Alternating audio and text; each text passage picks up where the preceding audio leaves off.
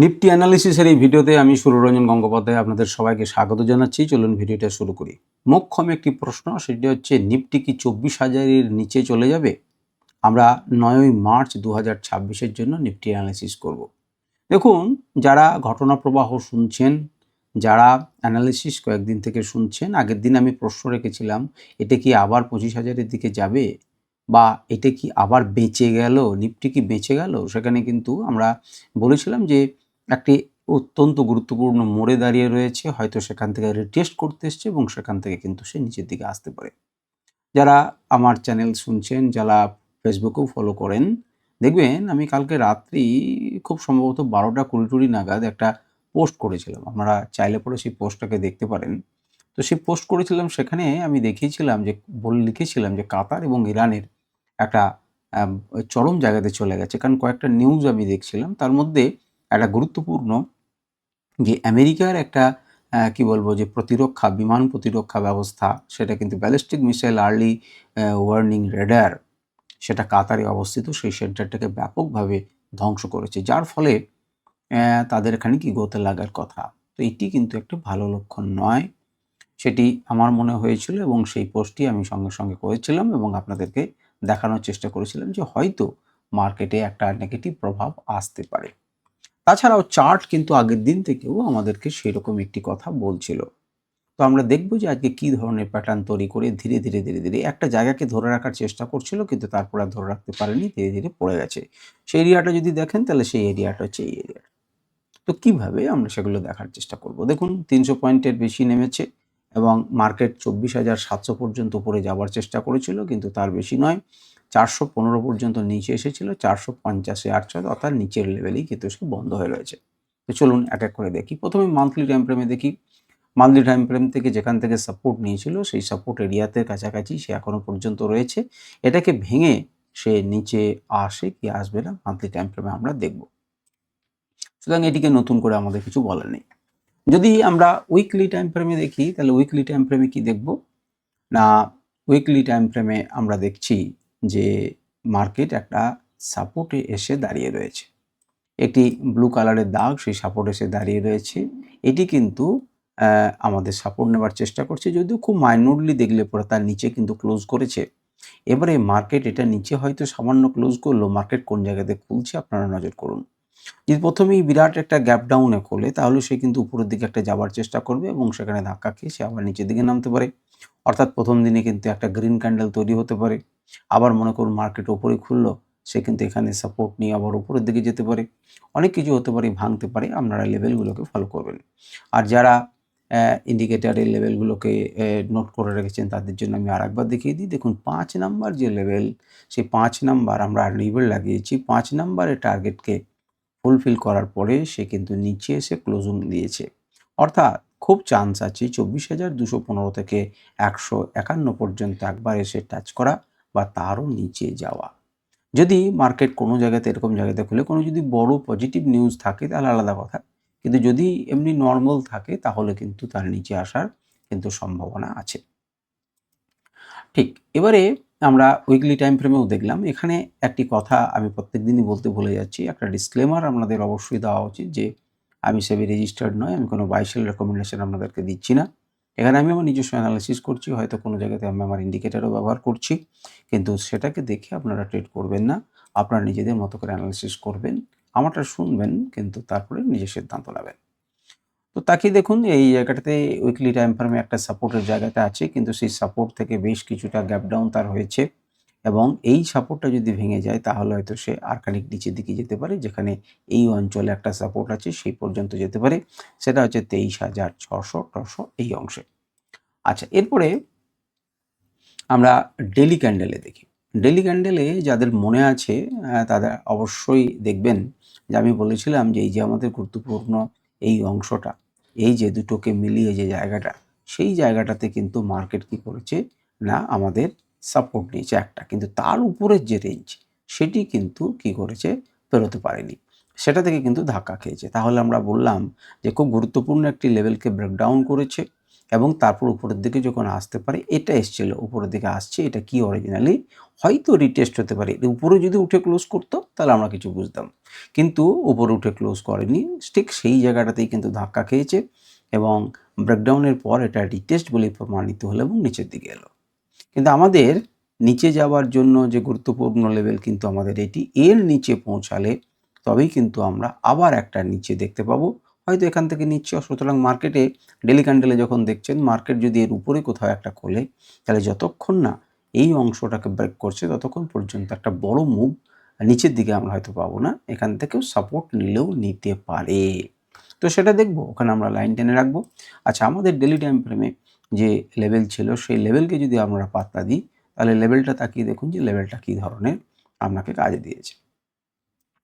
দেখুন, ব্লু যে ট্রেন্ড লাইনটা ছিল সেই ট্রেন্ড লাইনের উপরে এসে সাপোর্ট নিয়েছে, উপরের দিক থেকে এখানে ধাক্কা খেয়েছে, মার্কেট খুললো এখানে আমাদের যে গ্রিন জোন আছে তার নিচে।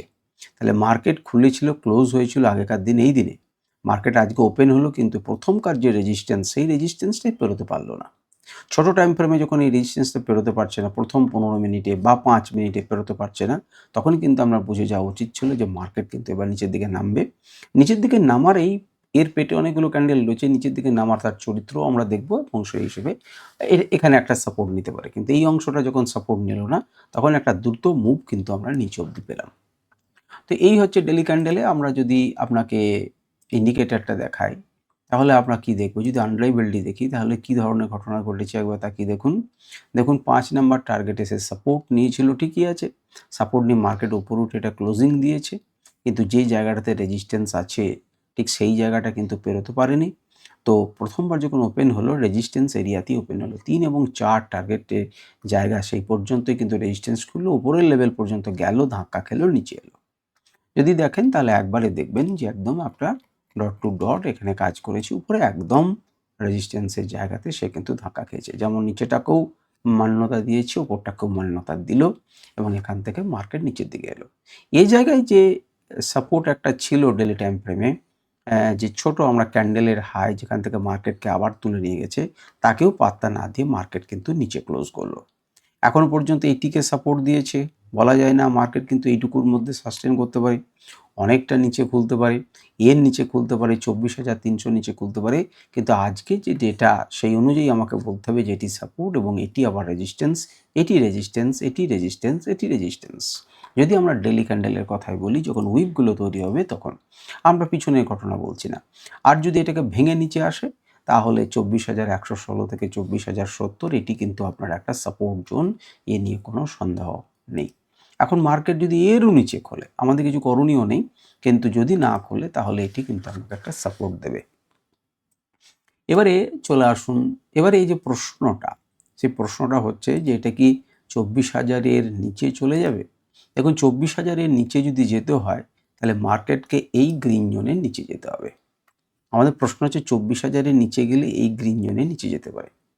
মার্কেট বিরাট যদি গ্যাপ ডাউন হয় তাহলে আলাদা কথা, কিন্তু মার্কেট যদি কোনো একটা জায়গাতে খোলে, এইরকম রেঞ্জে কোনো একটা জায়গাতে খোলে, তাহলে কিন্তু সে কিন্তু উপরটা এবার তার রেজিস্ট্যান্সে পরিণত হবে এবং নিচের দিকে এলে পরে এই লেভেলে সে সাপোর্ট নিতে পারে, আর নিচের দিকে এলে পরে এই 24,000-এর একটা সাইকোলজিক্যাল লেভেল সেই পর্যন্ত কিন্তু সাপোর্ট নিতে পারে।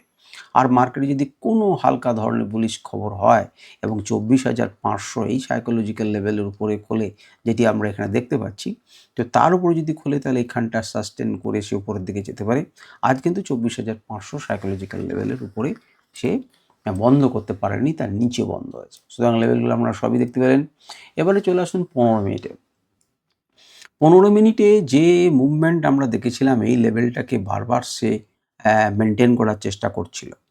আমরা যদি ছোট করে একটু হিস্ট্রিটা 4 তারিখ থেকে দেখি, বিরাট একটা গ্যাপ ডাউনের পরে মার্কেট কি করেছে, মার্কেট এখানে সাস্টেন করার চেষ্টা করেছিল, এখান থেকে সাপোর্ট নিয়েছে। এখানে সাপোর্ট নেওয়ার পর মার্কেট উপরের দিকে যাওয়ার চেষ্টা করছিল, এখান থেকে ধাক্কা খেয়ে নিচে নেমেছে। মার্কেট আবার গ্যাপ আপ তৈরি করেছে এবং এই যে জোনটাকে সে জিততে পারেনি সেই জোনটাকে সে জিতে দেখাচ্ছে, বারবারই নামানোর চেষ্টা করছিল, সে রক্ষা করার চেষ্টা করেছে, উপরের দিকে গেল, এই লেভেল তাকে ধাক্কা দিল, এই লেভেল পৌঁছাতে পারলো না, 24,760 বা 785 মনে করুন, এই লেভেলকে কিন্তু পেরোতে পারছে না। তাহলে যদি নিচের দিকে নামে তাহলে প্রথম কথা হচ্ছে এই অংশটা একটা সাপোর্ট আপনাকে দেবে, যেটি আপনাকে সাপোর্ট দিয়েছে, প্রথমে সাপোর্ট দিল, ব্রেকডাউন করলো, রিটেস্ট করলো, রিটেস্ট করার পরে এই টার্গেটটা দিল। এখানে এই সাপোর্ট ইনি দিতে দিলেন না, মার্কেটকে ভাঙলো, মার্কেটে একটুখানি উপরের দিকে গেল, যদিও আর একটু যাওয়া উচিত ছিল এবং রিটেস্ট করা উচিত ছিল, তো মনে করুন এখানে করলো। এইবারে কি হবে, মার্কেট কোন জায়গাতে খুললো? তাহলে এই মুহূর্তে যদি 15 মিনিটের সাপেক্ষে যারা করেন তাহলে এটি ক্লিয়ার রেজিস্ট্যান্স, এটি সাপোর্ট। কিন্তু এর আগে একজন ছোট্ট সাপোর্ট কিন্তু আছে, যে সাপোর্টটা দাঁড়িয়ে রয়েছে, যে মোডটাতে সে দাঁড়িয়ে রয়েছে এখানে কিন্তু একটা সাপোর্ট আছে। তো সেই সাপোর্টটাকে যদি ভেঙে দেয় তাহলে পরের অংশে সাপোর্ট নিতে পারে, না নিলে পরে 24,142 এবং 24,142-এর নিচে আমরা কিন্তু যেতে পারি, সেটা হচ্ছে 24,000, আমাদের নিচে নেমে যাবে 933, এরকম লেভেলে আমাদের সাপোর্ট নিতে পারে। তো সেখানে এই 940 থেকে 980 এখানেও আমাদের একটা গ্রিন জোন রয়েছে। আর এমনিতে আমরা কেমনভাবে একটা ট্রেন্ড লাইনকে আঁকতে পারি, এমনিতে 15 মিনিটে 1 ঘন্টার টাইম ফ্রেমের কথা বলছি, এখানে কিন্তু এইভাবে একটা ট্রেন্ড লাইনকে আমরা রেখে দিতে পারি এবং এই ট্রেন্ড লাইন যদি ভেঙে যায় তখন কিন্তু আবার মনে রাখবেন এটি আপনার একটা রেজিস্ট্যান্স লেভেল এবং এটি আপনার রেজিস্ট্যান্স লেভেল। তো এই চলে গেল আপনার 1 ঘন্টা টাইম ফ্রেমে।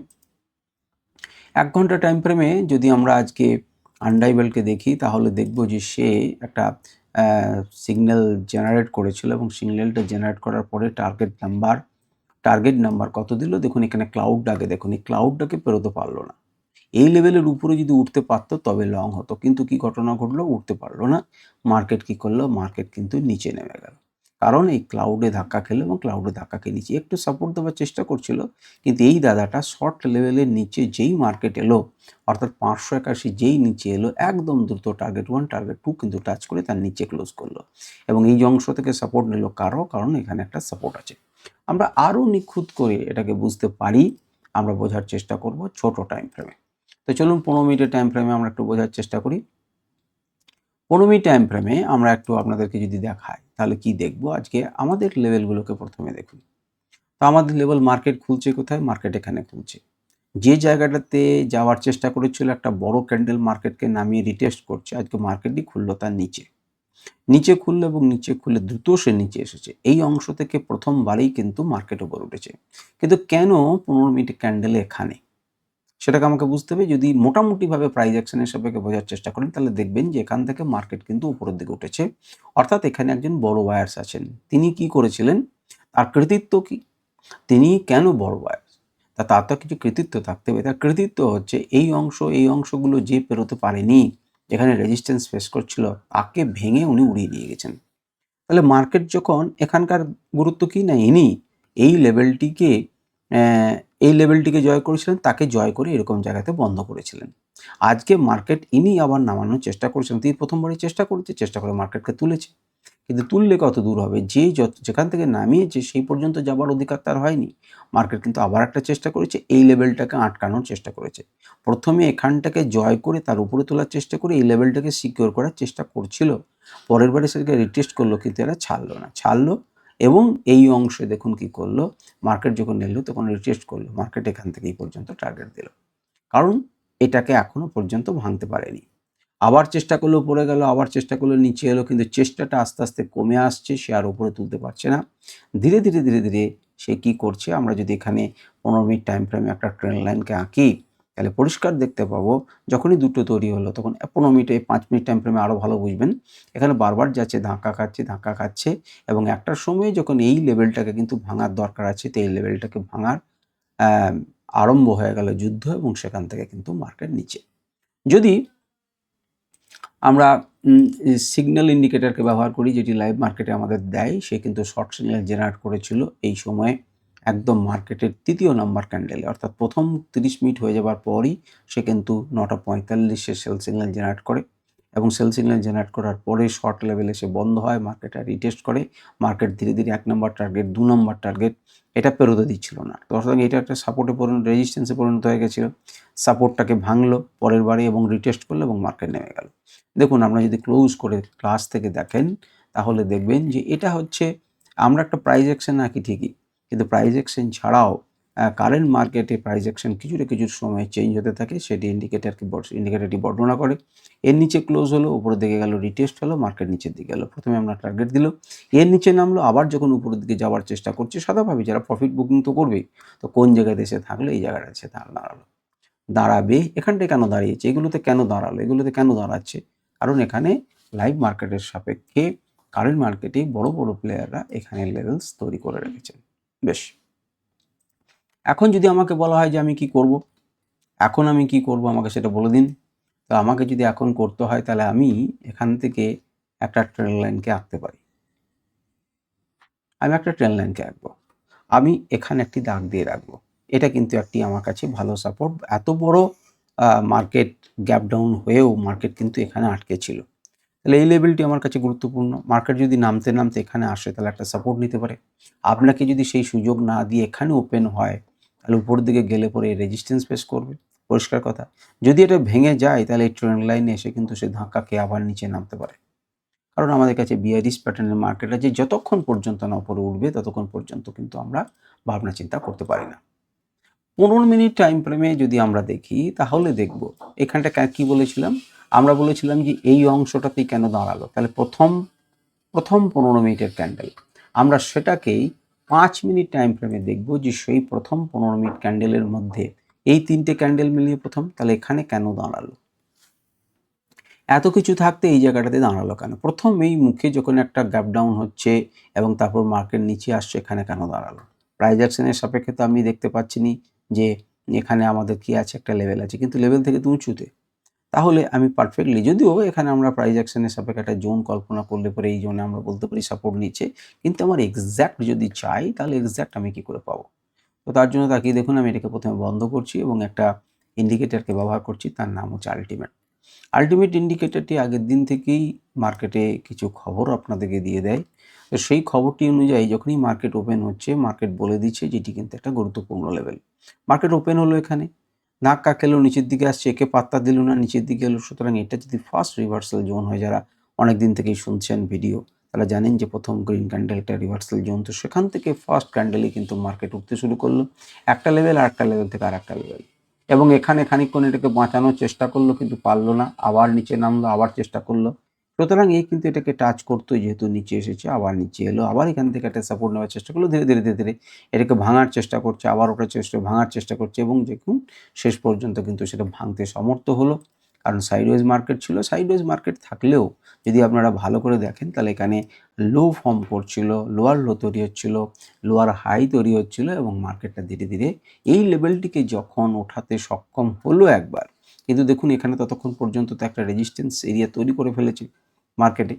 তো রেজিস্ট্যান্স এরিয়া থেকে কিন্তু মার্কেট যখন এটাকে এবার ফাইনালি ক্লাউডের নিচে নামলো, এখানেও ক্লাউডের নিচে নামছিল কিন্তু তুলে নিয়ে গেল, কারণ এই অংশটা থেকে সে একবার চেষ্টা তো করছেই। এবারে যখন দেখুন এই হাইটাকে বেরোতে পারলো না, আপনারা যারা স্ট্রাকচারের ন্যূনতম জ্ঞান রাখেন তারা দেখবেন যে এটা হচ্ছে লোয়ার হাই, এটা কিন্তু লোয়ার লো। সুতরাং এই কিন্তু ক্ষমতা হলো না উপরে নিয়ে যাওয়া, যদি যেত তাহলে আমাদের মনে একটা সন্দেহ দানা বাঁধত, কিন্তু এমনিতে কোনো রকম বাঁধলো না। এখান থেকে সে কিন্তু যখন এইটাকে হারিয়ে ফেললো তখন বোঝা যাচ্ছিল সে কিন্তু ধীরে ধীরে এই টার্গেটটাকে এবার টাচ করতে পারে, এবং টাচ করলো, ঘুরলো, সেটা পরের কথা, খানিকটা তো প্রফিট বুকিং আসবেই, সেটা ঘুরেছে। সুতরাং এইটি কেন এই পয়েন্টে প্রথমেই যখন মার্কেট এসে পড়ছে এই জায়গাটি দাঁড়ানোর চেষ্টা করেছে, এটি দাঁড়ানোর চেষ্টা করেছে, এবং সেই দাঁড়ানোর চেষ্টা বেশ কয়েকবার সে কিন্তু আটকানোর চেষ্টা করেছে, কিন্তু পারেনি শেষ অবধি, মার্কেটকে পড়ে গেছে। সুতরাং কোনো একটা জায়গাতে দাঁড়াচ্ছে সেটা কিন্তু একটা গুরুত্বপূর্ণ লেভেল আমাদের কাছে আছে। আমরা যদি খুব মন দিয়ে আমাদের এই লেভেলগুলোকেই দেখতাম তাহলে কি দেখতাম, মার্কেট এখানে খুললো, রেজিস্ট্যান্স এরিয়া একটা লেভেল থেকে একটা লেভেল, সেই লেভেলকে ক্লোজ করলো। যেহেতু আগের দিন এখান থেকে বড় একটা কি হয়েছিল, বাইং হয়েছিল, সুতরাং সেটা একটা কেরামতি দেখাবে, এই লেভেলটাকে ছাড়তে চাইবে না, সুতরাং একে কিন্তু উপরে উঠলো। যদি নিচে আসতো তাহলে এটিকে ছাড়তে চাইতো না, এটি একটি গুরুত্বপূর্ণ এই লেভেলের পর, এই লেভেলটাকে জয় করার পর এই লেভেলটিকে জয় করেছে, তাহলে মার্কেট যখন নিচের দিকে আসছে এ প্রথম সাপোর্ট হিসেবে কাজ করবে। গেল, পারলো না, এটাকে ধাক্কা, যে লেভেলটাকে সে বহু কষ্ট করে এত বড় ক্যান্ডেল তুলেছিল সেইটিকে কিন্তু নামিয়ে দিয়েছে, একটুখানি উঠতে দিল, কিন্তু তাকে দেখুন আবার বড় বড় ক্যান্ডেল কিন্তু নামানোর চেষ্টা করছে। এরা কিন্তু নামিয়ে দিল মার্কেটটাকে, আবার একটা তোলার চেষ্টা করলো সেম এরিয়া থেকে, যে চেষ্টা করেছিল এই এরিয়াটাকে ভাঙতে চাইছে না, আস্তে আস্তে লো ওপর দিকে তুলে নিয়ে একটা চেষ্টা করেছিল কিন্তু পারলো না, এখানেই রেজিস্ট্যান্স ফেস করছে, মার্কেট কিন্তু নিচে নামলো, রিটেস্ট করলো, ধীরে ধীরে ধীরে ধীরে নিচে নামলো, আবার একবার চেষ্টা করলো কিন্তু উপরে যেতেই দিল না, মার্কেট কিন্তু নিচে নামছে, লোয়ার লো তৈরি হচ্ছে, মার্কেট উপরে গেল।